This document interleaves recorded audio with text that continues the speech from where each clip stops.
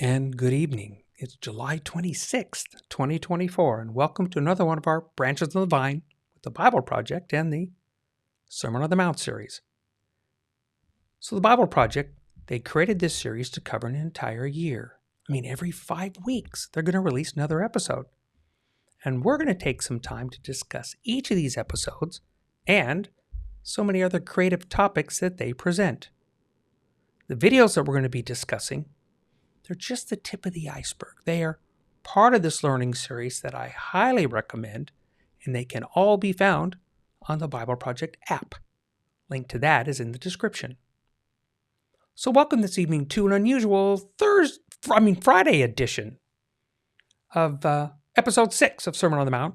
Don't give, pray, or fast in public on the Dusty Feet.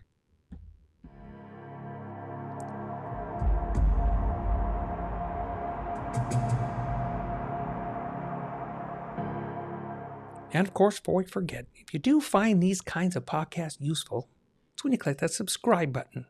Those reminders, they just help you. But also, if you think these might be useful to others, that's when you click that like button, because that is the way that YouTube chooses to share these to more people if they wish. So this sermon, again, is found in Matthew 5 through 7, and for me, this is the seminal moment in the teachings of Jesus. This is his longest, deepest, widest teaching that we have recorded in all of Scripture. And it covers things that we for sure, yes, we love to talk about them. But deep down, I think we really have challenges actually living them. Sermon on the Mount, Episode 6, Don't Give, Pray, or Fast in Public. This is a special part 3 of 4. So let's watch the video, see where it takes us. Enjoy. Jesus of Nazareth, one of the most influential people in history, taught that the truly good life flows out of a close, intimate relationship with the creator of the universe. Yeah, Jesus believed this was the ultimate treasure of human existence, receiving God's love. And Jesus said, doing righteousness is our response by giving that love back out to others. Now, Jesus also lived in a culture where showing your devotion to God publicly will increase your reputation.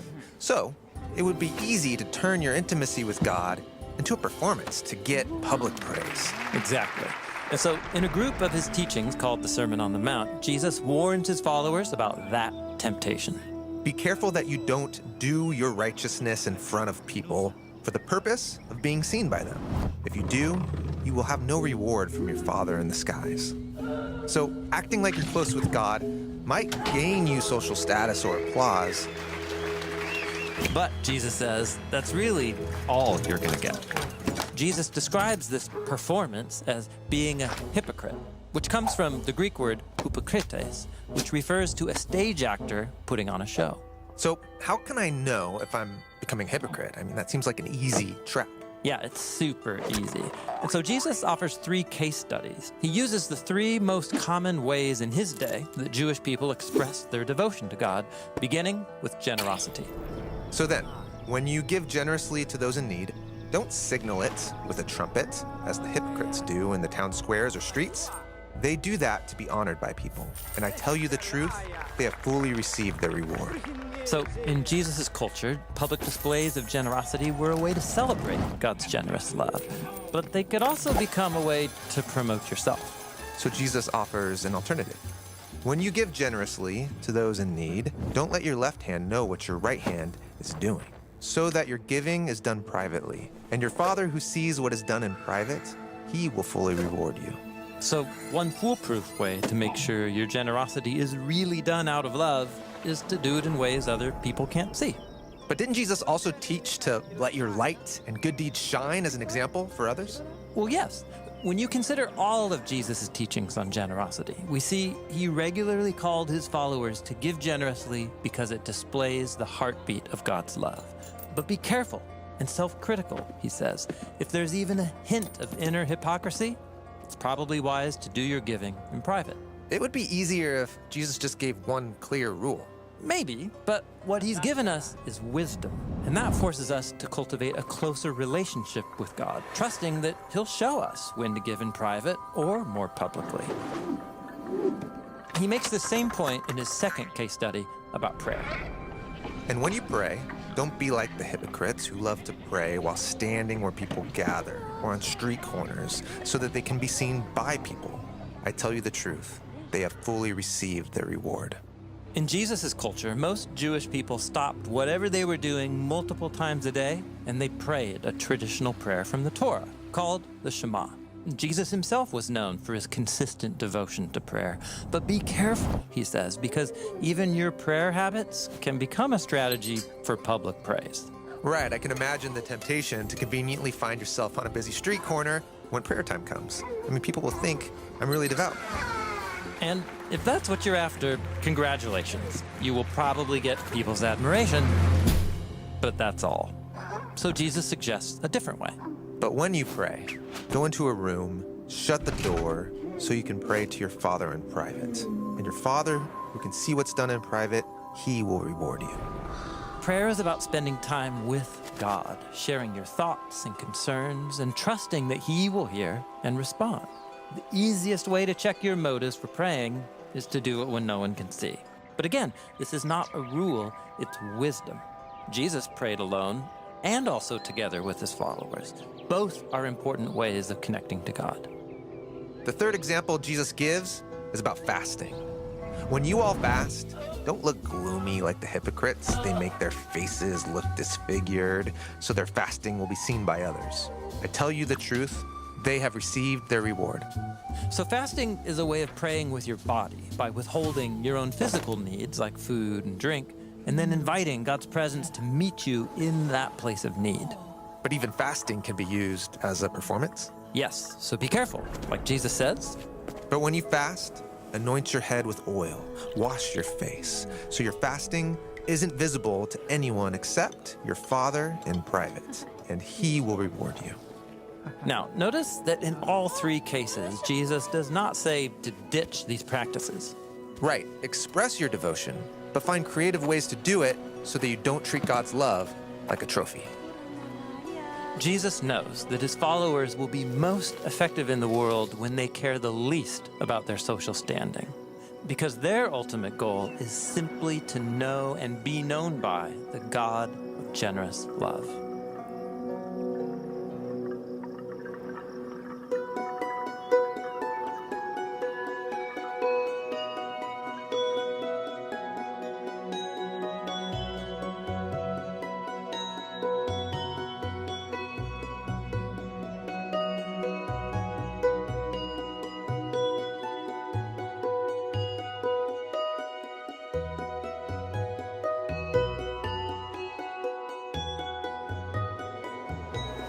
We just looked at 3 warnings for those committed to a relationship with God. And one of those was about prayer. Next, we'll look at the very center of the Sermon on the Mount, where Jesus teaches his followers how to pray.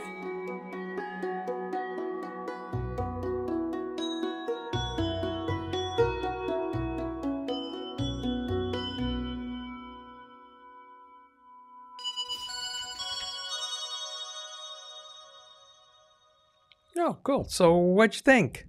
Right? Again, one of the things that I like about the Bible Project videos as a whole, right, is that they're a launching point. They get the ball rolling. Because very seldom is an entire teaching there. I mean, the entire point made. This is but the beginning of a much larger discussion. Again, I highly suggest that you take advantage of their app. They tie in other videos, visual commentary, and of course their podcasts with lengthier discussion. So these from the Bible Project, remember, they're just the tip of the iceberg. So let's look underwater, see what we might find. So let's go to that next case study, prayer. We're going to get ready to go into that, in particular, public prayer. Now, it's going to get really interesting and probably, again, uncomfortable because this isn't a secret. I mentioned this before, that groups and people that associate with me are aware of my challenges with this point. actually discussing public prayer. I'm not a fan. And I think that some of the practices that we do today, to the denial of most, they actually walk this line.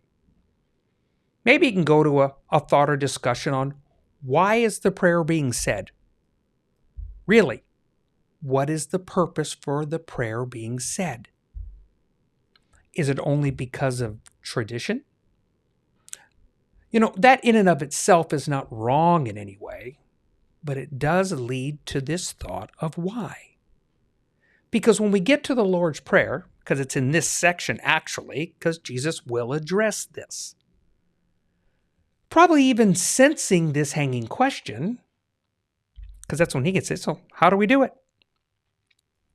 We realize in this video that they don't address the Lord's Prayer in this video.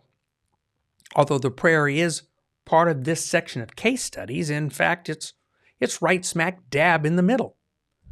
So we're going to be getting there in their next video, as they showed us at the end of this video, because we also get a similar text, yet it could be under different circumstances. But the disciples ask Jesus, teach us to pray as John also taught his disciples.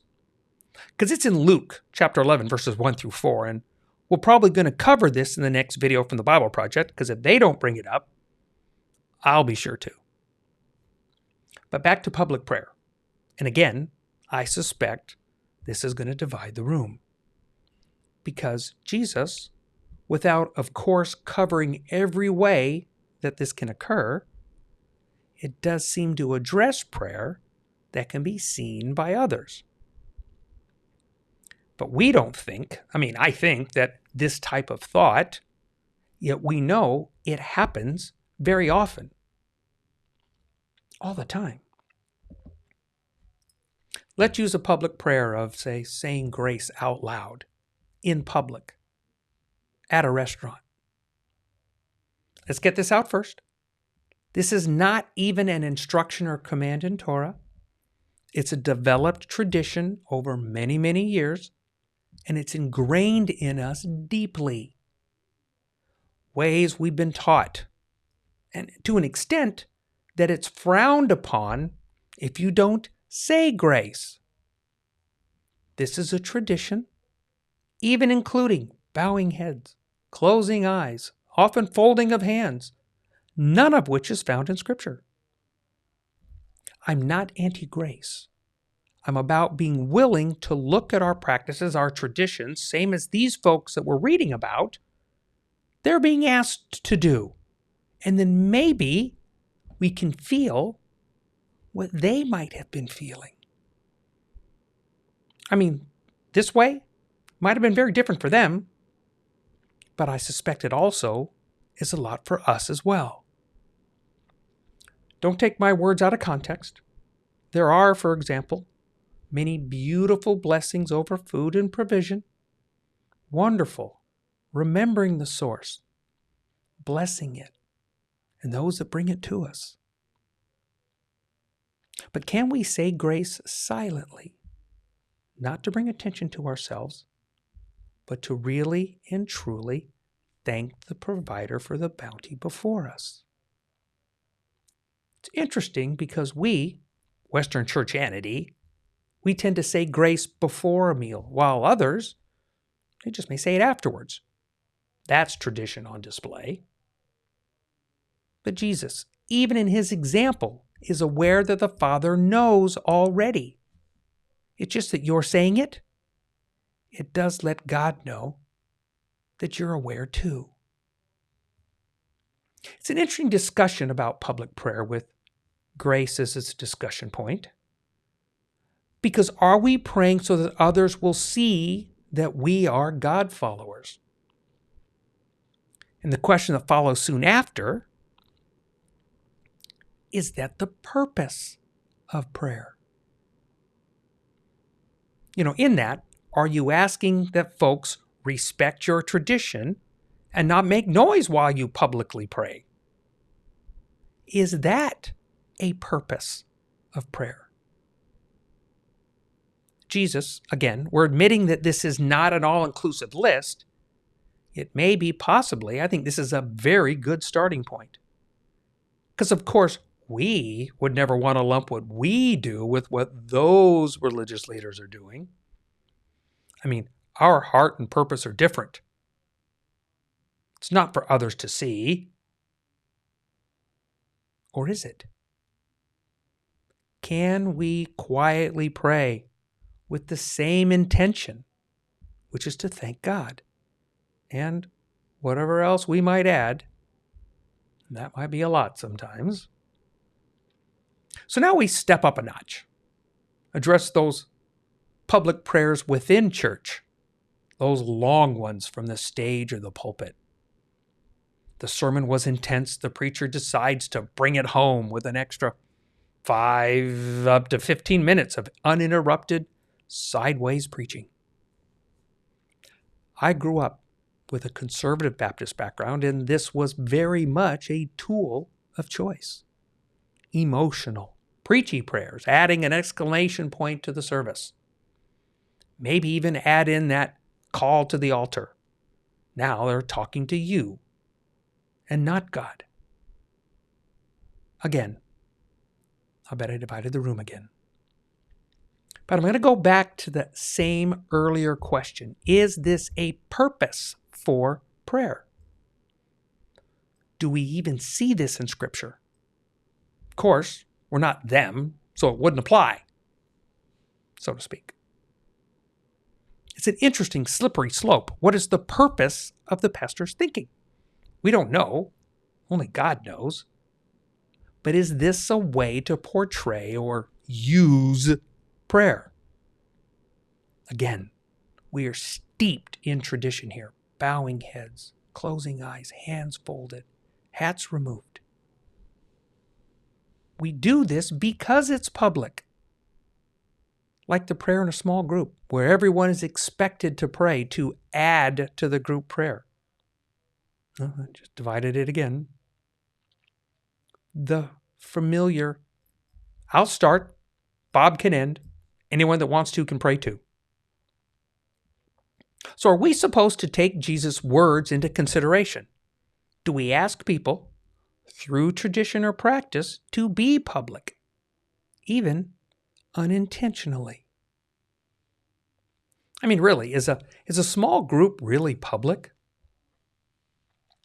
You know, Jesus addressed 2 parts in this example, the how, when, and the what.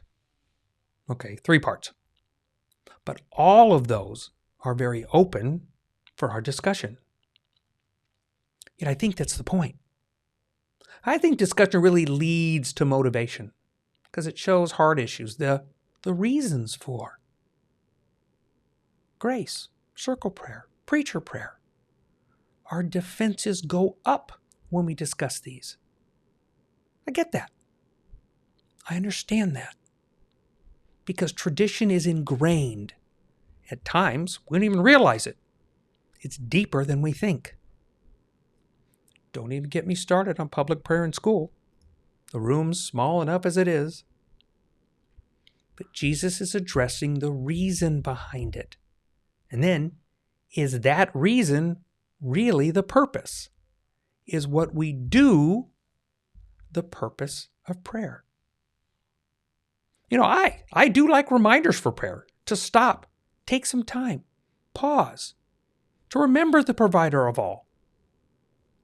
I'll share this with you, that I use my phone reminder to let me know at 9 a.m. and 3 p.m. I do the Shema and the Lord's Prayer. Busy day, lots going on, and then one is reminded to stop. Maybe even reflect on why you're doing what you're doing. Yet with both, you're going to seldom hear from me. Maybe you'll hear me mumble the Shema. It's such a simple song prayer. Very much reminds me of David. But how does Tim put it? Prayer is about spending time with God, trusting Him to hear your thoughts, concerns, needs, and then working through that relationship part with Him, that you're being honest with Him, open, up front. I love that thought sentiment. If that is prayer, if that's the purpose of prayer, then it might impact the how and the where part as well. I mean, we all have different practices. We have different traditions, the ways we were taught about prayer. Because the intent of this is only to be willing to take a mirror, to look at it through the wisdom advice, as Tim and John put it, of Jesus in this part of the Sermon on the Mount. Remember, description below is a link to the Focus File project, a link to the app, so you can follow along and see each one as they premiere and all of the additional topics that they discuss. Because this is going to continue to be an exciting and thought-provoking journey while we wander through the Sermon on the Mount. And I wonder we're going to continue to uncover. So, thanks again for being with us tonight on this special Friday edition with the Sermon on the Mount, on another edition of The Dusty Feet.